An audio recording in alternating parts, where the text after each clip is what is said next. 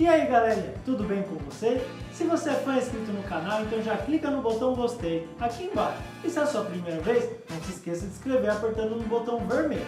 Assim você poderá acompanhar os vídeos lançados na semana. E depois, comente abaixo na descrição para saber quais temas vocês querem ouvir. Ah, e não se esqueça de seguir a gente nas nossas redes sociais, beleza? Então fechou? E bora mitar em mais um vídeo da BM aqui no YouTube. Minorias. Por que e para quem? De onde eles vêm? O que eles fazem? Como vivem? O senso comum está em volta dessas questões. Então, vamos ao que interessa.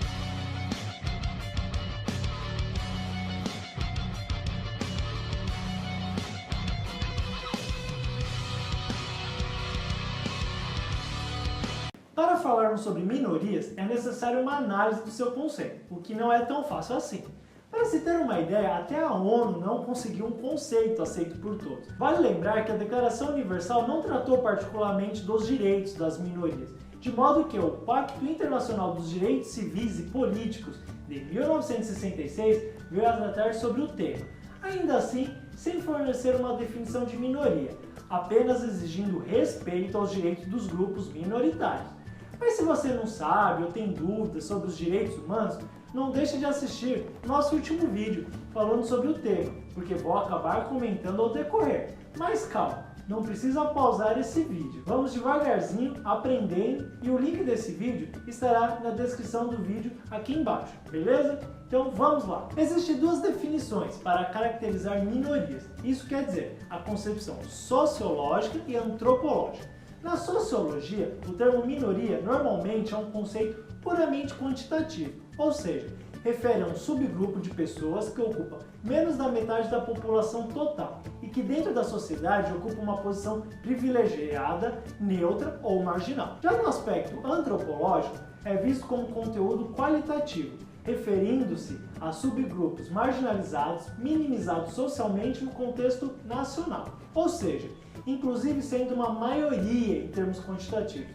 Como exemplo, as mulheres. Mas para não confundir mais ainda, vamos resumir da seguinte maneira. Minoria pode ser entendido como um grupo de pessoas que, por causa de suas características físicas ou culturais, são isolados das outras na sociedade em que vivem, por um tratamento diferencial e desigual, e que, por isso, se consideram discriminados. Assim, observamos que o conceito antropológico não traz a diferença no quantitativo, mas no tratamento e relacionamento entre os vários subgrupos, onde existe essa relação de dominação e subordinação. Agora que entendemos um pouco mais sobre os conceitos, vamos falar sobre essas minorias, destacando as seguintes considerações: étnicas, linguísticas e religiosas. As minorias étnicas são grupos que apresentam em seus membros traços históricos, culturais e tradições comuns, distintos dos verificados na maioria da população, por exemplo, os escravos.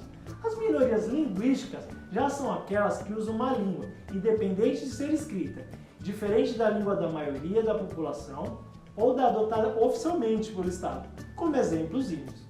As minorias religiosas, por sua vez, são grupos que professam uma religião distinta da professada pela maior parte da população, mas não apenas uma ou outra crença, como o ateísmo. Assim, agora podemos falar como os direitos coletivos ou individuais são assegurados. O Comitê de Direitos Humanos determinou que essa é uma questão que depende do caso. O que eu quero dizer? Nos casos de respeito à língua, etnia ou religião de uma determinada pessoa pertencente a uma minoria, estamos tratando de direitos individuais. Quanto ao reconhecimento dos direitos à existência e identidade de um grupo minoritário, enquanto tal, trata-se de direitos coletivos. Então já sabemos definir o que são direitos individuais e coletivos. Mas, Luizinho, o que faz esses direitos de minorias na realidade? Bom, os direitos das minorias são regidos pelo princípio da igualdade e não discriminação, não havendo delimitação de um conjunto mínimo de direitos.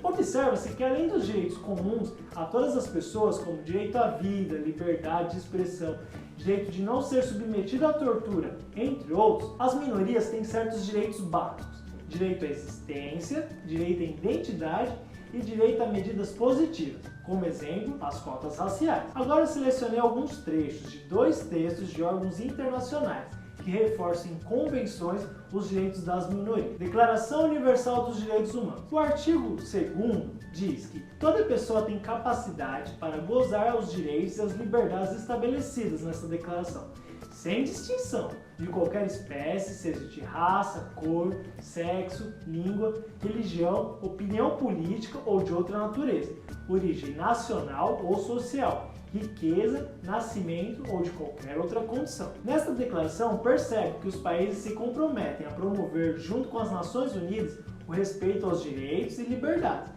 especificados nessa resolução. Convenção para a Prevenção e a Repressão do Crime de Genocídio. O que com certeza mais influenciou a ONU na criação dessa convenção foi o chocante contexto histórico, observando principalmente durante a Segunda Guerra Mundial, quando houve o extermínio em massa de membros de minorias, cerca de 6 milhões de judeus, 600 mil ciganos e também um grande número de homossexuais. Preocupadas com a provável propagação dessas ideias, que bem disseminadas poderiam levar à total extinção dessas minorias. Composta por 19 artigos, esta convenção, em seu artigo 1º, declara ser o genocídio crime contra o direito internacional. Enquanto na Declaração Universal dos Direitos Humanos apontamos o artigo 2 como referente às minorias, quando é pregada a igualdade das pessoas, independente de sua raça, na Convenção para a Prevenção e a Repressão dos Crimes de Genocídio, está protegendo o direito que as minorias possuem de sobreviver, mantendo sua cultura e suas tradições. Em um país como o Brasil, especialmente onde o preconceito é um elemento constante nas atitudes